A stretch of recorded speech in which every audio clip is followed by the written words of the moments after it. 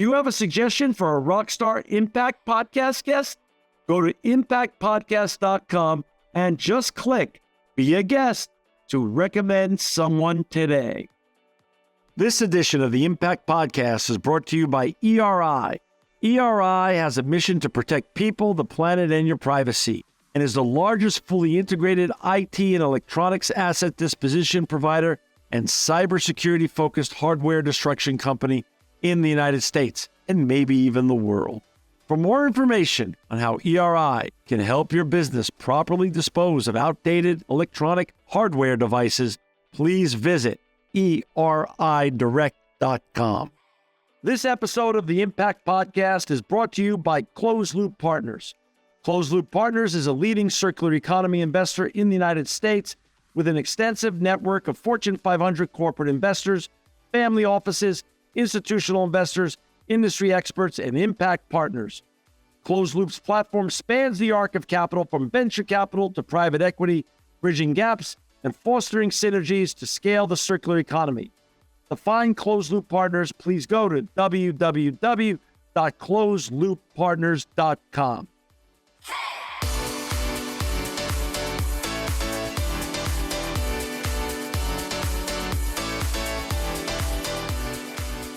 Welcome to another edition of the Impact Podcast. This is going to be a wonderful edition because we've got with us today Nadia Spellman. She's the founder of Dumpling Daughter. Welcome to the Impact Podcast, Nadia.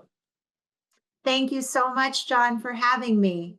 We're so happy to have you because this is going to be just a wonderful and delicious version of the Impact Podcast today. And before we get talking about your entrepreneurial journey at Dumpling Daughter, talk a little bit about growing up, how you grew up, and what was going on when you were growing up, and how you got even on this fascinating and wonderful and delicious journey you're on.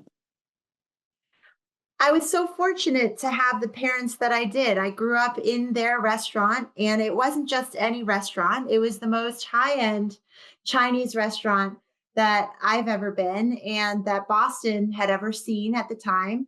So in 1984 is when they launched. And I remember that everyone was in tuxedos. You had to wear a tuxedo to be a restaurant guest. And Governor Dukakis, Julia Child, celebrity chef Martin Yan, Yo-Yo Ma, the famous musician, they were all dining there. And what a childhood it was to be surrounded by that kind of atmosphere and to really be in it and have those memories. Okay, so Nadia, so let's frame this up. I know I lived there. I lived in Boston in 1980 when I was a freshman at Boston University. I lived on Bay State Road. What part of Boston in 84 was your parents' restaurant? And it was called Sally Ling's, right? Yes, it was named after my mother, and her maiden name was Ling, so Sally Ling's. And it was on Commercial Street. It was near the aquarium and the North End. So it was right at the foot of the North End as you're going towards the water. And North End being where Little Italy is, and right, that whole area. Correct. Correct. So how old were you in 84? You were a kid? Do you vividly remember the opening and meeting Yo-Yo Ma or Julia Childs or any of these unbelievable iconic figures? Yes, it was 1982 was when I was born. Okay. So I was little. So I didn't frequent the restaurant when the grand opening occurred. Okay. But I remember going there as a 5, 6, 7, 8-year-old. I absorbed a lot of it. And I obviously have so many pictures too. And so when you see the pictures, it ignites a lot of your memory. Yeah. And we also still have a lot of the art that was on the walls, the sculptures that were on podiums there. And it was like a museum, right? Every single painting had its place. There was a indentation in every wall to fit that painting. There was spotlights on every piece of art.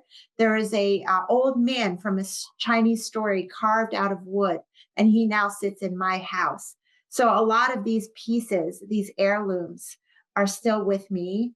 And I remember a lot of it because there's great documentation. And I was 8 by the time it was really successful. Wow. So when parents own an iconic business, it's sort of become, and they're partners, sort of like dad's the king, mom's the queen, and what were you, the princess? That you did you just scurry around, or did you have to sit or stand in one place, or how was that when you were there? How did that delicate ballet work? That's a great question. I remember I was trained to sit for a multi-course meal. So I had to bring the activities that I liked, whether it was a Barbie or a coloring book. These were all packed in my bag, ready to go for an 8 or 10 course meal because the adults would have their table, the young children would have our table, and we were not to get up. And after, though, when the parents are having after dinner cocktails or port wine, we had the freedom to go into the kitchen Oh, because service was shutting down, and so we would go scoop our own ginger ice cream, and we'd get to run around the kitchen or the private dining room upstairs if there was no party. And so it was just such a wonderful way to grow up. And I knew that it was special. I could feel that at a very young age. I love it. So talk about you grow up, and now you're off to college. What goes on then? What's happening then in your life? I saw my parents as entrepreneurs my whole life, Mm, which really influenced me to want to do the same thing. mm. One of the first things I noticed was they got to wake up anytime they wanted. They were not rushing to work, they were not in morning traffic. And that was different. We also had a restaurant that we could eat anything we want and entertain all of our family and friends. And I thought, what freedom! They really have freedom. And I wanted that. So I went to entrepreneurial program.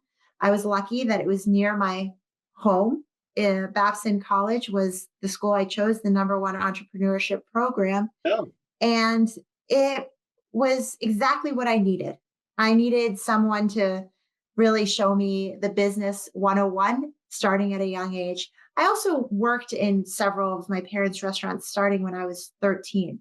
And so I really liked the performance of the business, Mm. putting on a show and giving people a great time and a great experience. I really liked all of it and the inner workings of it too. And so I thought I must go to business school. And it was like a mini MBA program and really a great choice for me.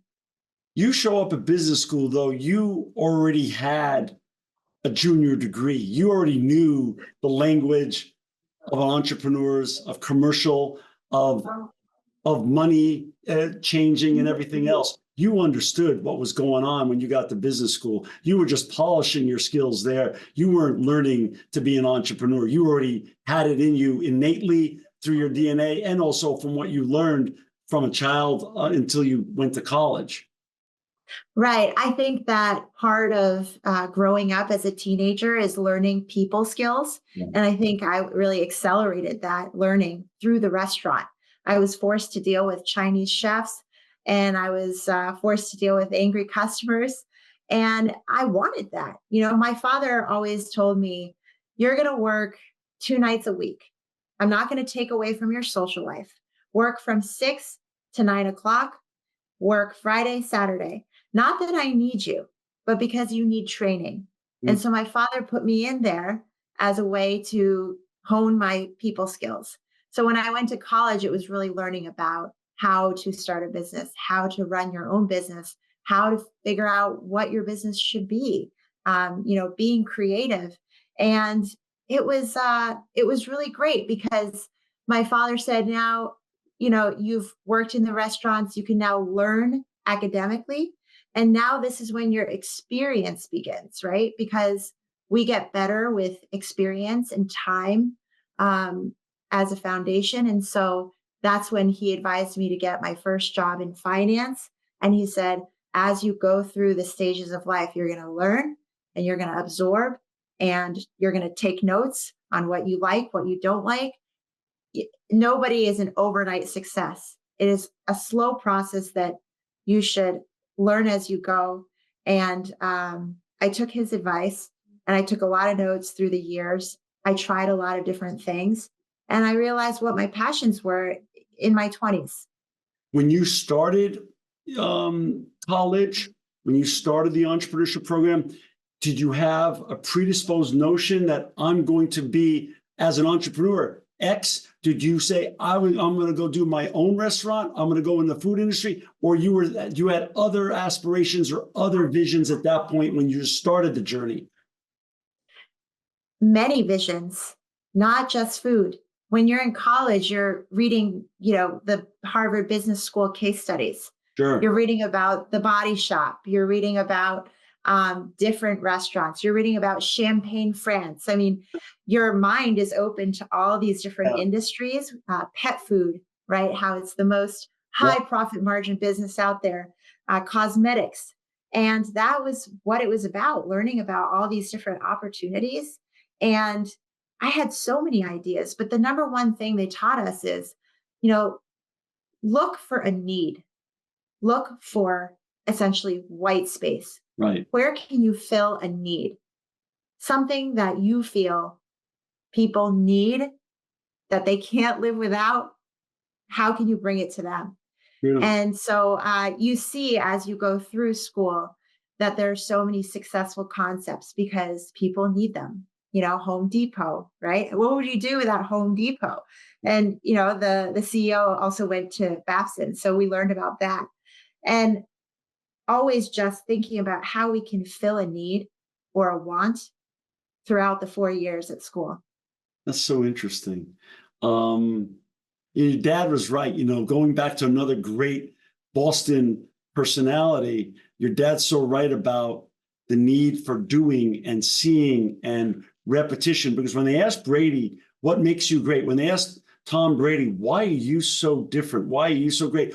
And he said, it's basically, it comes down to two words: pattern recognition. And when you could recognize a pattern, when he gets behind a line of scrimmage, he said, when he sees in the defense what others don't see, because they haven't seen enough defenses over years, thousands and thousands of times, and all the tape he's watched. When you've done something so long, and when you've had so much experience already growing up, and then, as you said, as you get into school and you're reading different case studies and you're seeing different patterns in different industries, but then you can align them, it just things become clearer, at least when you can start recognizing patterns and stuff of success. And there's lots of common threads when you look at all those great businesses you mentioned, the Body Shop or Home Depot, or so many other iconic great brands that have risen just from nothing.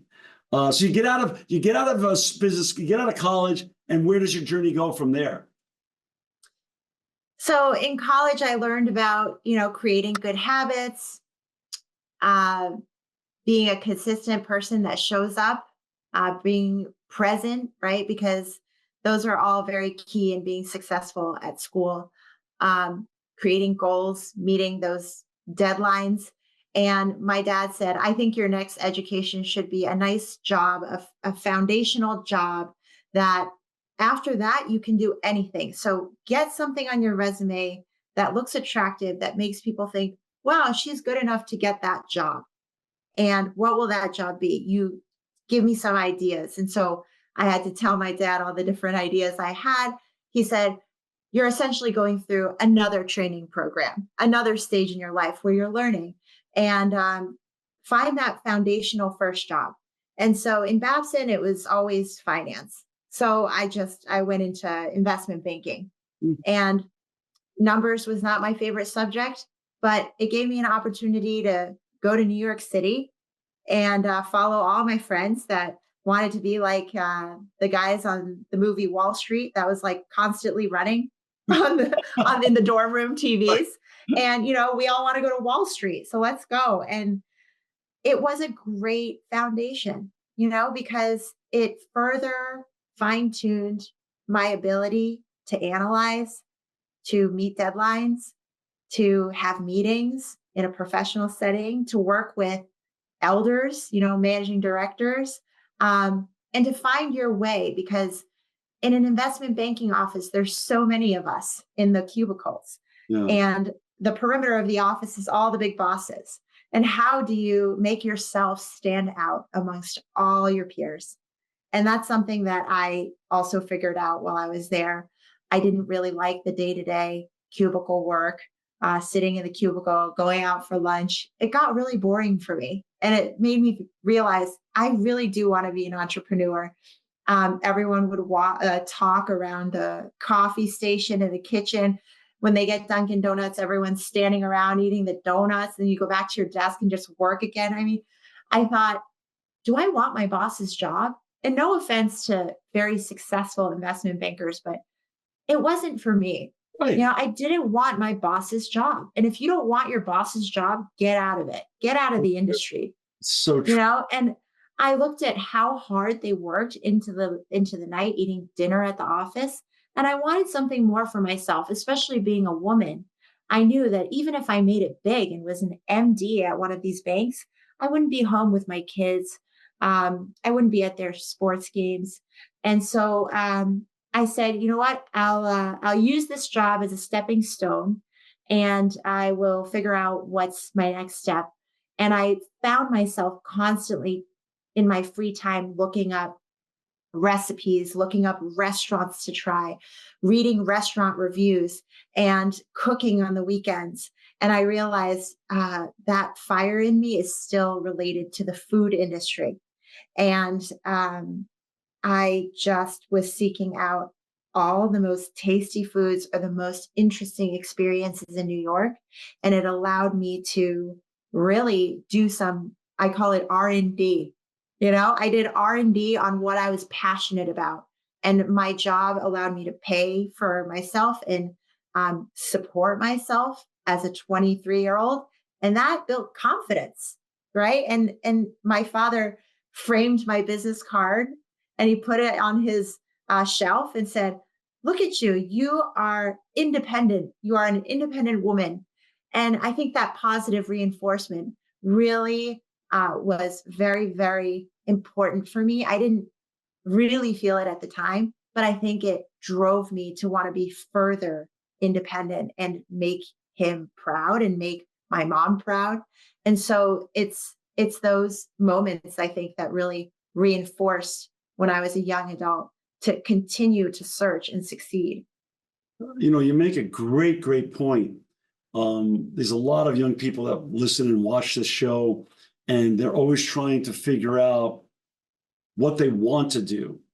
But knowing what you don't want to do is also as important as knowing what you want to do and crossing those things off your list. As you said, you didn't want to be your boss. So that was easy to cross off your list so you could look elsewhere and figure out where you wanted to go with your life. I think that's such an important lesson. And the common theme that I've seen in everything you've written and what you're saying today and what I've seen on you before, Nadia, is that your parents were such a strong influence on you always in terms of mentoring and coaching and loving you and giving you the confidence to keep going forward. Keep going forward. It's great. Yes. And also, they led by example, right? My mom, very feminine, a hard worker, very smart and beautiful and graceful and elegant, but boy, is she strong, right? And my father, so classy, very sophisticated. I was so proud to be their kid. And I think even at a young age, they both taught me about the skill of recognizing your strengths and your weaknesses, because they also raised me to be a child athlete. And so they were very real with me about what you're good at, what you're not, and know what you're good at and know what you're not good at. And let's be real about it. Let's not devote your time to something that you're clearly not very good at. Right. And it's kind of a hard reality when you're 8 years old. Yeah. But they were very real with me, and they gave me those tools and skills to recognize those things. And I appreciate it, because now I think one of my best traits as a leader is I know what I'm good at and what I'm not good at. And I am so lucky to have people on my team that can do the things that I'm not good at. Right. And surrounding yourself with those people is the way to be successful. It's exactly right. You know, both cities, I've lived in both cities. I grew up in New York, but I've lived in Boston, as I said earlier, and both are food cities. So when you were growing up and you said your parents owned Sally Ling's, was that like, did that create this wonderful halo around you? Did people always, were they in awe because Sally Ling's was one of the big places in Boston when you were growing up?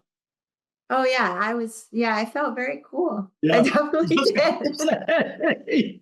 I felt very cool. I felt, like so proud, Right? Of that course. we had that. And Yeah. when my parents would let me have a friend, Yeah. they thought it was really cool too. Yeah. So it was a great confidence builder, even though my parents did it. I didn't do it. Hey, when you were in New York during those the formative years, and you were as an investment banker, and you were doing R&D, did you have a favorite one or two or three restaurants that stuck out that you said, "Wow, these guys are doing it right," or "These people are doing it right"? Were you blown away by any experiences in New York and on the food in the food area?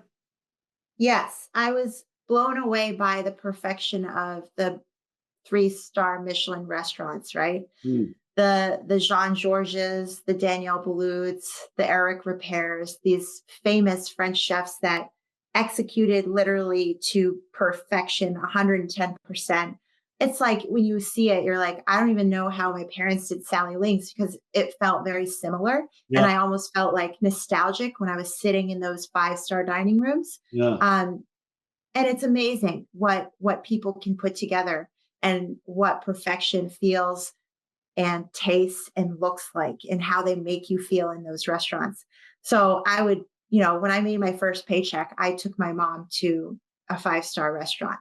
Which was Um, which is what restaurant? which I took her to Danielle Boulud, Oh, sure. and I took my parents were divorced, so I took my dad to 11 Madison Park, which Oh, actually later became the number one restaurant in the that's, world. that's right. That's right. Yep, That's yep. And but I took him there back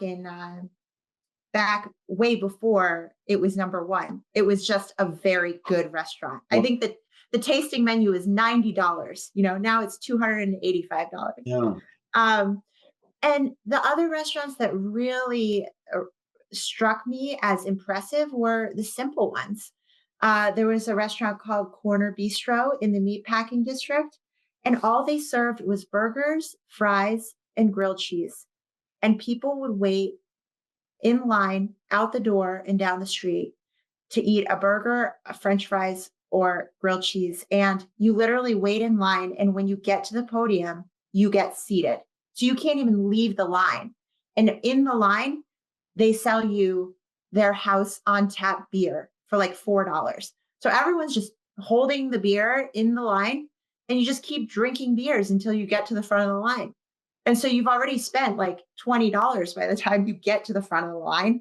And then it's cash only, which is wow. And the burgers were unbelievable. I learned that if you do just a few things very well, people will come. Isn't that interesting? Isn't that like, America is the land of the big and the better, and we so many people, and it's no knock on them. They've done a brilliant job, but everyone thinks if you're not like Cheesecake Factory and have 1,000 things on the menu and all of them are pretty darn good, you're not doing it. But you're right. The simplicity of just two or three things, but they're life-changing things, really. They're just delicious beyond belief. You don't need to have a Cheesecake Factory menu to be successful. Yeah, and this was back in 2005, right? Yeah. There was no sign on the door. There were Wow. no windows in the place. And only if you knew, you knew. It was And there was no destination social dining. media. It was Yeah, no social media. right. Everyone that knew where the best burger was, they would go there. That's right. That's so wonderful. For our listeners and viewers who've just joined us, we've got Nadia Spellman with us. She's the founder of Dumpling Daughter. To find her, you go to dumplingdaughter.com, and you can buy her wonderful book on Amazon.com or any local bookstore in your area. Nadia, so you're done with investment banking. You've done the R&D. You're ready to take the next step. What happened next?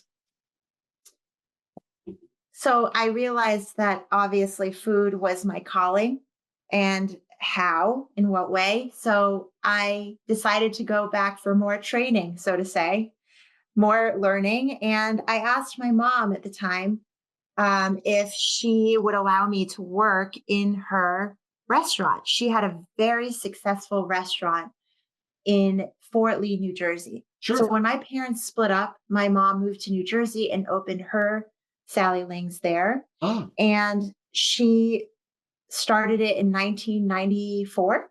okay. And she ended up opening it until 2012. So she had a really great run. That restaurant was running like a train on time. It was an incredible operation. Same And the recipe? amount of Same recipes? same recipes, different chef, but the Sally Ling touch, right? She was there. She worked hard. She networked in town. All the VIPs went there, the senator of New Jersey. Um, she just basically took it to New Jersey. You know, what Yeah. she did in Boston with my father, she did it in New Jersey. So I said, what better training camp than my own mother? Yeah. And so I asked my mom if I could work for her, and I moved home because I actually spent all the money I made. And I said, I need a place to live.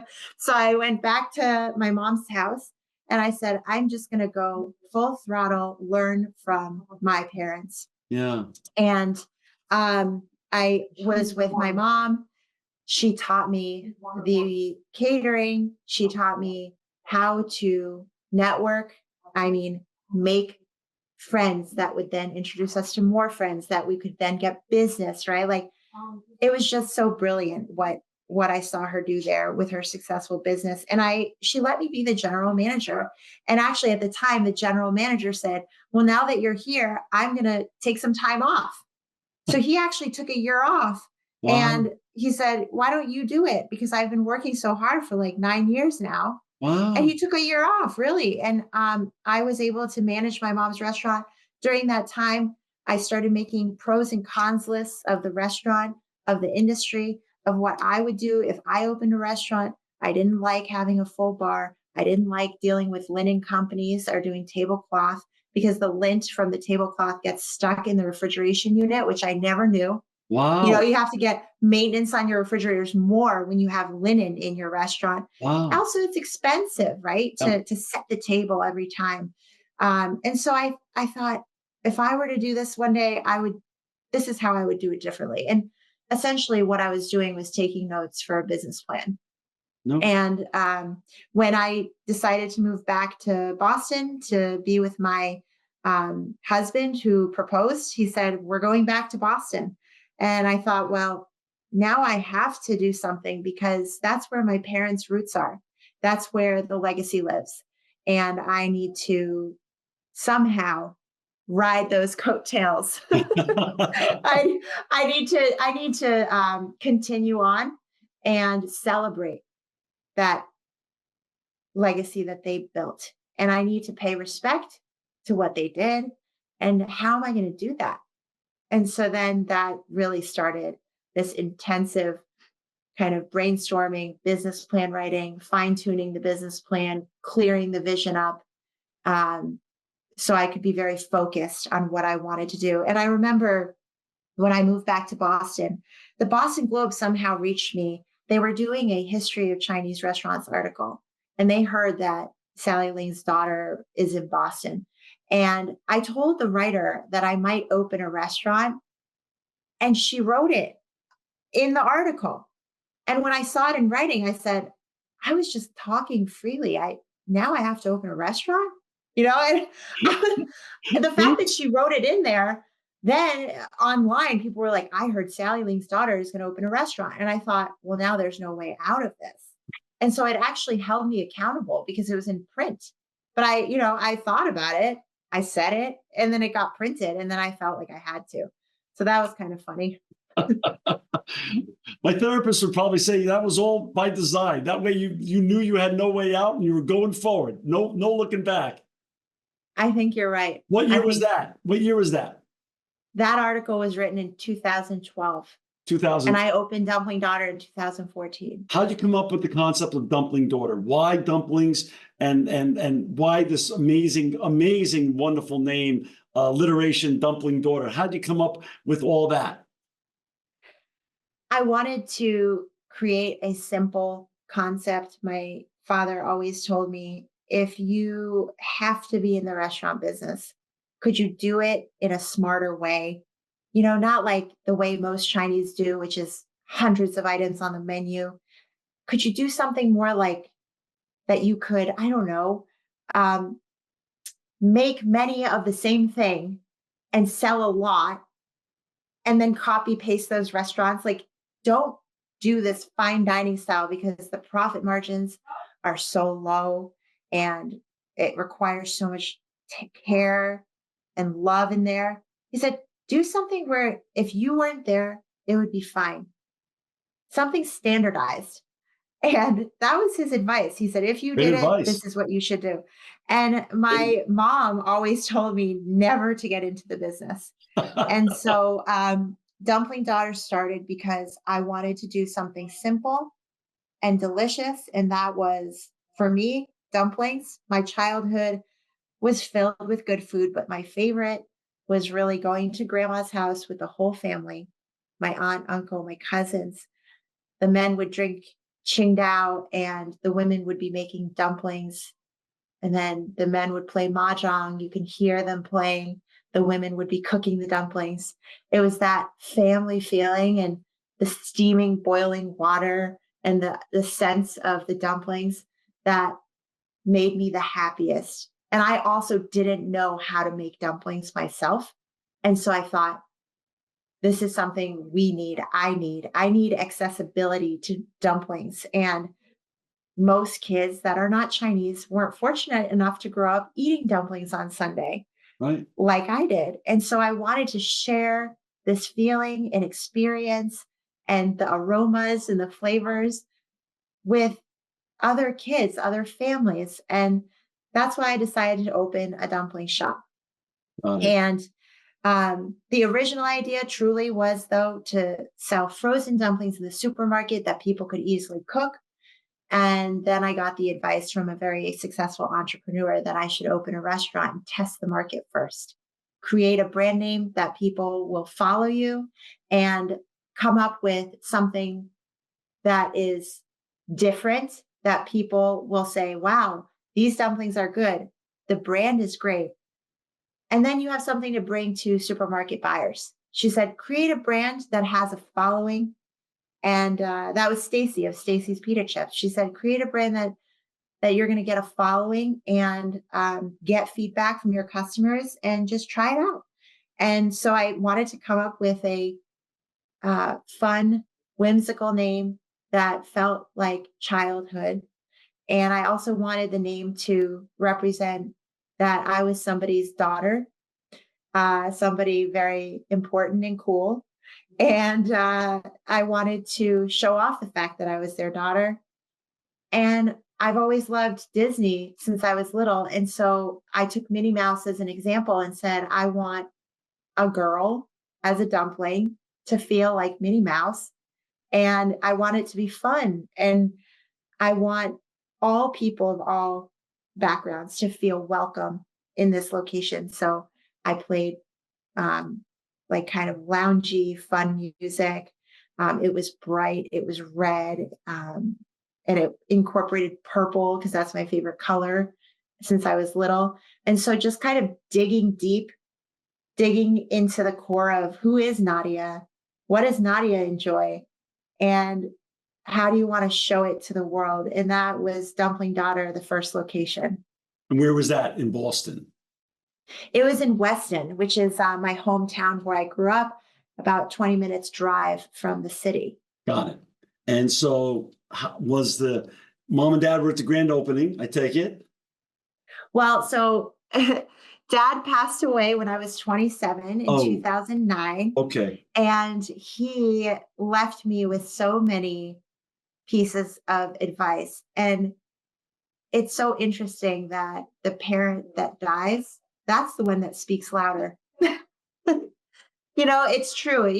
When one parent is gone, it's like you remember all the things they said and you want to take all their advice. And here's my mom alive, amazing. And she's in the restaurant working next to me, literally elbow to elbow, helping me. And when I am upset, she's there to console me. When I'm angry, she's there to say why. Explain it to me. I mean, it's like the advice of my father, my late father, and I had the physical help and love of my mom.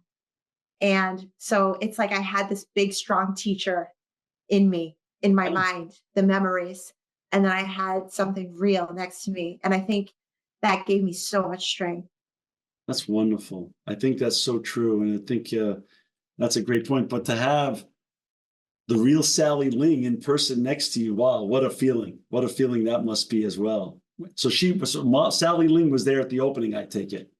My mom moved in with me and stayed with me for, I want to say, 30 to 40 days. And Wow. she was with me every single second of those first 40 days. And she had never cooked in a commercial kitchen. This Ah, was the first time. She'd been in the restaurant business for 35 years. She'd never cooked in the commercial kitchen.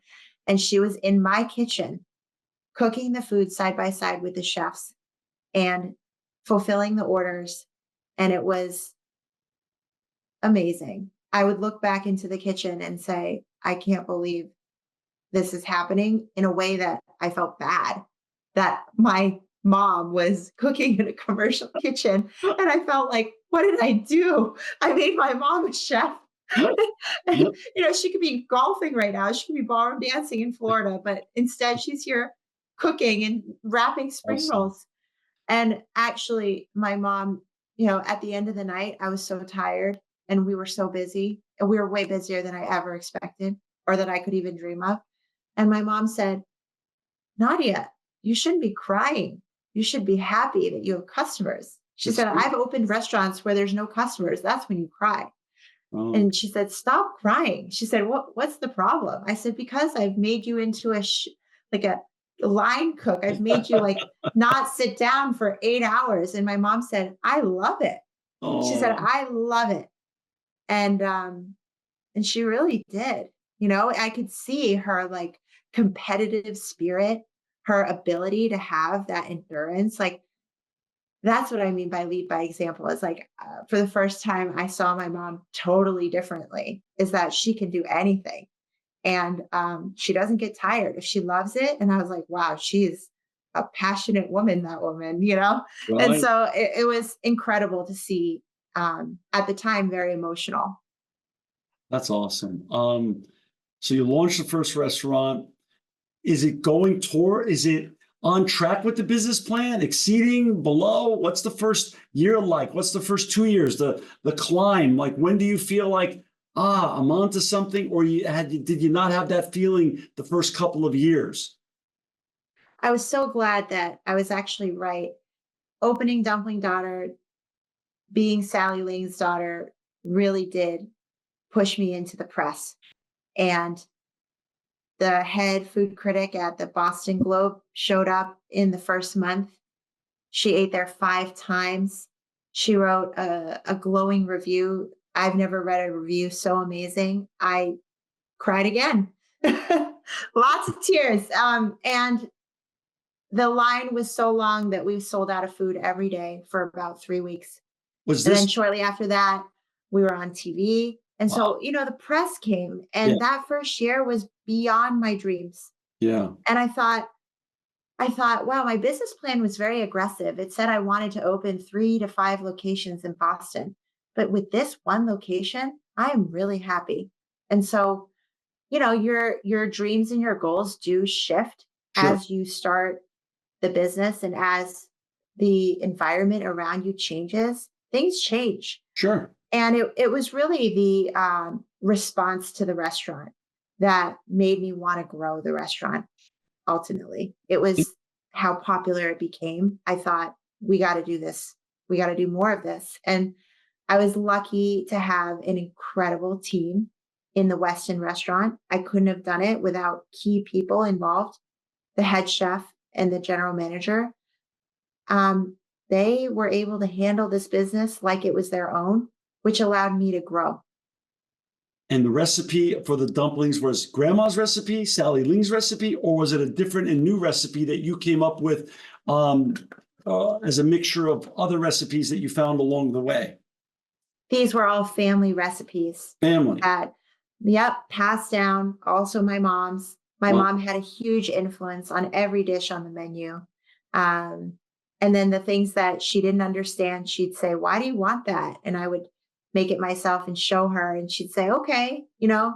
It was really a beautiful brainstorming session over the menu and how things were going to be done. But there was constant changes even in the first year. We're constantly changing things, right? You can't just keep it the same all the time. But isn't that a great entrepreneur? A great entrepreneur remains open and flexible to making adjustments to what the marketplace dictates. Yes, yes, we have to evolve with the times. And right, the pandemic was really hard for restaurant owners, and we had to pivot. And it's such a challenge, all of it. It's every day there's a new problem, but there's also a great celebration in every day. And so it's never, um, never the same stuff, right? And that's I think what is exciting about being an entrepreneur is that no day is the same. You don't know what to expect. Um, but at the end of the day, there's a lot to celebrate. When did And when did you open more restaurants? When did you decide to open more restaurants? I opened the second restaurant in 2018, and that's when a private equity firm invested in Dumpling Daughter, and we raised $1 million to open some restaurants. So I opened the first restaurant in 2018. That was part of the investor group, and Where was shortly that after one? that, And where was that that one? was in Cambridge. Okay, down by Mhm. Harvard. Got it. Yep, yep. Yeah, And then the second location was in Brookline near Fenway Park. sure. And that was supposed to open in March of 2020 when the world shut down. So this was a group of private equity investors who had experience in the restaurant industry. How did you choose them? Because I'm sure you were being approached by all sorts of capital. How did you choose your capital? Because that itself is can be a very important choice. Choosing your partners is sometimes more important than choosing your concept. It's like choosing your landlord, right? The person that you're going to work with, that you're signing papers with, that's going to help you when you're down and celebrate you when you're up.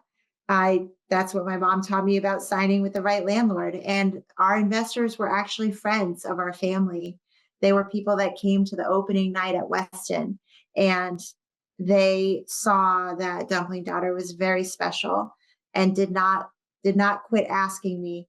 And they also had success in investing in other restaurant chains. So I knew that they had an incredible network.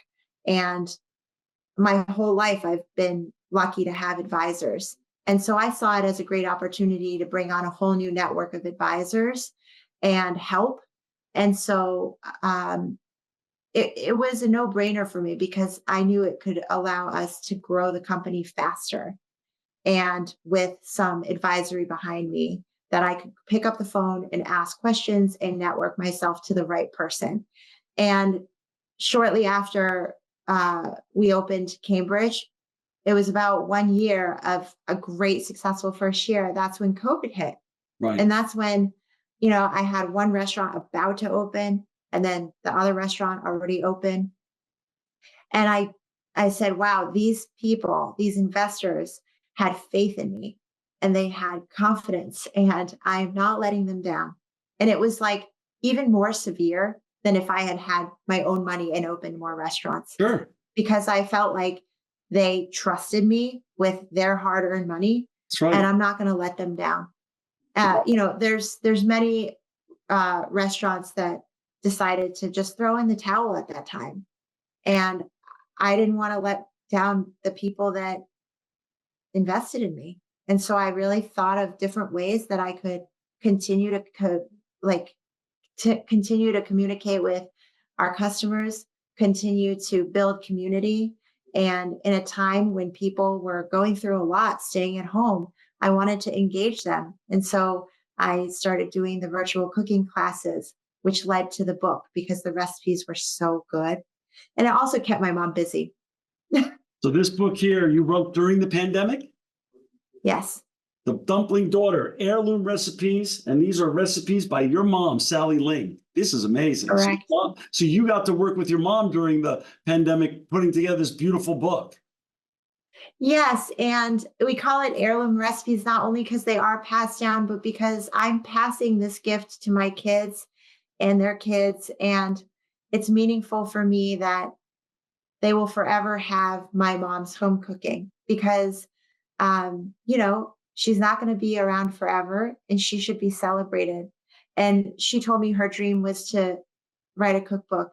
And so I wanted to fulfill that for her to the best of my ability. So we self-published the book so we could get it done quickly. It's a gorgeous book, and I recommend for everyone to buy a copy. It's actually as good as it is for your stomach. It's just as much fun for your eyes. It's just so beautiful inside, and the photos and the recipes are amazing.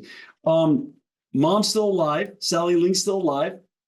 What's mom doing on a regular basis? Golfing in Florida. So that's a great thing. Good for mom, right? She golfs and she cooks for her friends, and her way of showing love is cooking. And so she cooks every day. She has dinner parties. She goes out. How old is mom? Is she cool with us telling her age? She's over 70. Right on, mom. So you're speaking about, wait a second. So when did you start the online business, your shop online business as a business? When the world was changing, I thought I must change with the world and bring things to people to their doorsteps. And so I thought, let's do direct to your door, nationwide shipping, so anyone can access Dumpling Daughter. And I also put our sauce in the book on Amazon so that anyone could have the flavors from our home. And I thought it would be just interesting to see how it went. So I tried a little bit of everything. And 3 years later, there are things that are doing very well. So we're deciding to focus on that channel of business. It's nice to have our direct-to-consumer business. It gives people access to our product and our flavors, but I really enjoy sharing the dumplings through supermarkets now because I realize that we can feed way more people that way. And we can live in people's freezers and they just keep buying it. And it's part of their food calendar. And it's just, the dreams are all coming true. Dad's vision is all coming true. You've created a SaaS model for your dumplings, basically. Yay for dad. So how's that going though? I mean, that's a whole different business, as we know, than the restaurant business per se. How is that going? Are you, when you and your investors sit down, are you going to do more restaurants? Are you going to be a national chain, or are you going to continue to grow the direct-to-consumer and the supermarket business, or is it going to be a mixture of both? What's the dream, and what's your vision now that we're in the second quarter of 2024? I love the restaurants. They hold a special place in my heart. I can't imagine a life without a restaurant. It's like a must-have in my life. And I want to take a break from opening restaurants because it's just so expensive right now to open restaurants. But I know many people that would love to have their own Dumpling Daughter in their city. And so I don't discount the fact that people may want to franchise it one day. And right now, I'm really focusing on consumer products. I think in order to spread the brand and to teach people about the beauty and experience of eating dumplings at home, they also can get the book. They also can get the sauce. These are all touch points for the consumers that they can learn about Dumpling Daughter. And as we grow our distribution, I would not say no to opening more restaurants, but right now we have to learn to focus so we can do things really well and thoughtfully. And I want to be mindful about not growing too fast. It's okay if there's other dumplings on the market. I think it's a wonderful thing that everyone's pursuing their dreams. There's enough room in the freezer aisle for many dumplings, just like there's many pizzas and many French fries in your freezer. There can be room for all of us. And I'm just excited that the Asian food category is booming and it's only going to get bigger.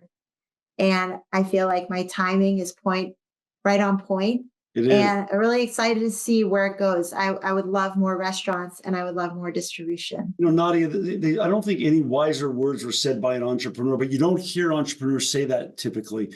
Most entrepreneurs take the world as a zero-sum game, but again, you are so wise beyond wise in that it's not a zero-sum game. There's room for everybody, and there is room for, like you said, what's the matter with McDonald's and Burger King and Coke and Pepsi and all different types of other colas that exist out there, and how many beer brands are there? So many can do well at the same time. Just like you said, Dumpling Daughter could be beyond your dreams ever, and there could be other dumplings down the road.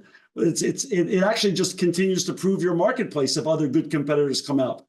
So Yeah, I'm very excited about the category. And I love that the Asians were all bringing each other up and we're taking over some freezer space and bringing more flavors to this country. And I also feel like, um, how amazing it is that people are getting so diverse, their palates, their tastes. It's really very fun to introduce. And I think every brand has their differentiation in their angle. And our angle is that because my parents always had the best quality, I have to do that. And so our products are the best heritage Duroc pork you can get, antibiotic free chicken, only clean ingredients.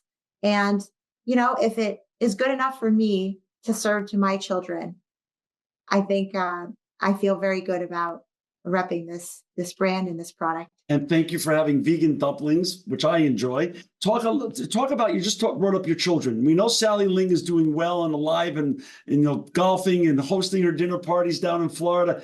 But you also wear numerous hats. You're a wife and mom. How does that? How do you juggle being really you're the new Sally Ling? You've got you have your own restaurants. You have your grocery brand, direct to consumer brand. And you also have a husband and you have children. How many children do you have, and how do you juggle all the hats? I have 2 boys, 3 and 7, and they're amazing. They're such good boys and luckily so healthy. And so it makes my life easier that they're just a joy and a pleasure. And I feel very, very lucky to have them because it's a extremely full life. I'm never really stopping. And when I do stop, it's really wonderful to enjoy them. And I take pleasure in scheduling time with my kids first. So when I look at my schedule, I know that I'm putting them on the bus or taking them to school, and that I have an hour and a half in the morning with them. And then at night, I go home. We have a nanny who cooks incredible food. She helps me to cook the food. I sit down to dinner with family at 6 o'clock. I put the kids to bed. So every day I have 3 hours at least. And if I have a gap in my schedule, I might go home and see them. Again, that's the freedom of being an entrepreneur that I wanted. And so it's a lot, but if you time manage yourself well, it's all good. And it's overwhelming in a great way. I like it. Yeah.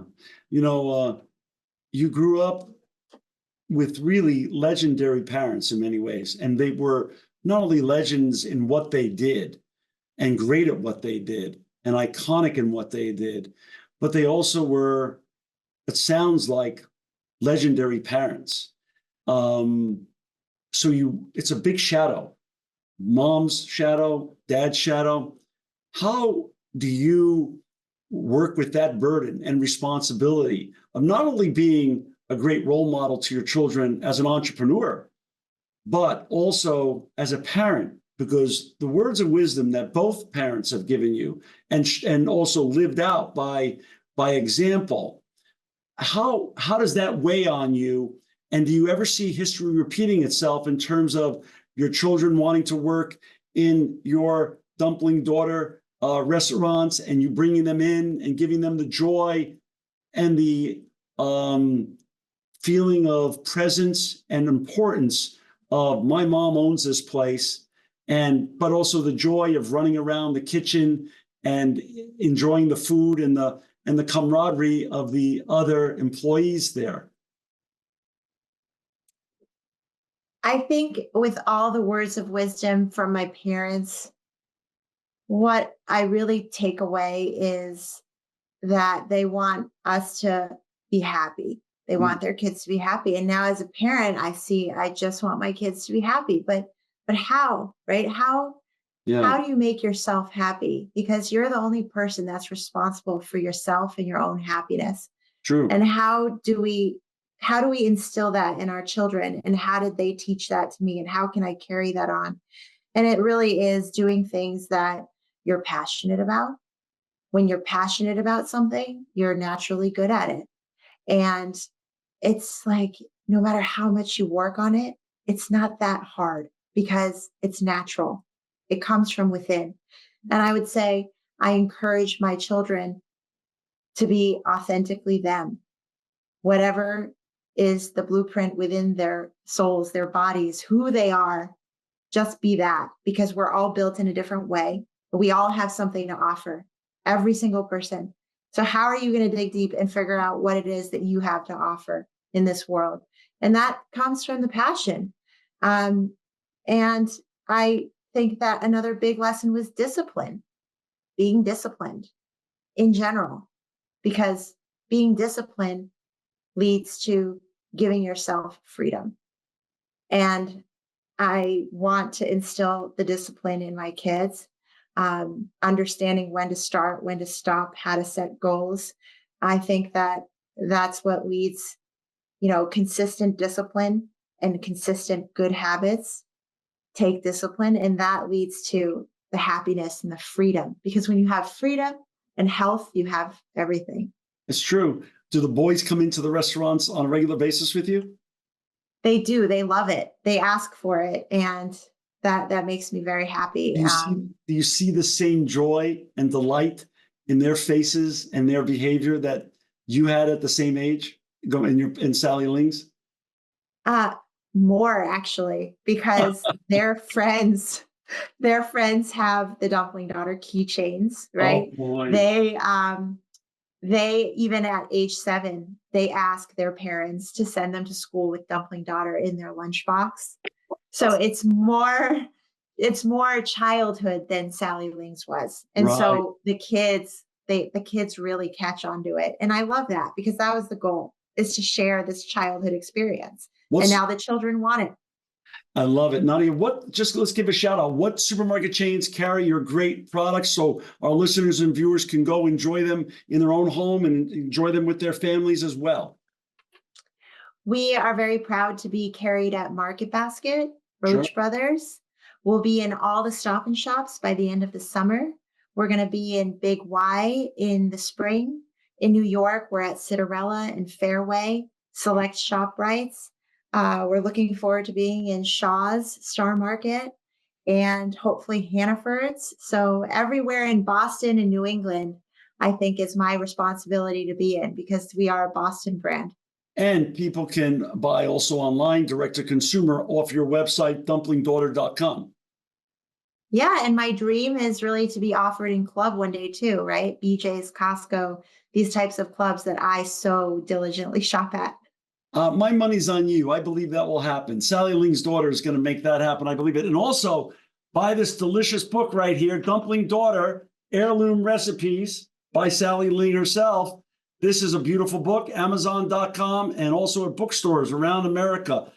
Nadia Lou Spellman, you are a rock star. Your story, your journey is just beyond the American dream. I wish you continued success.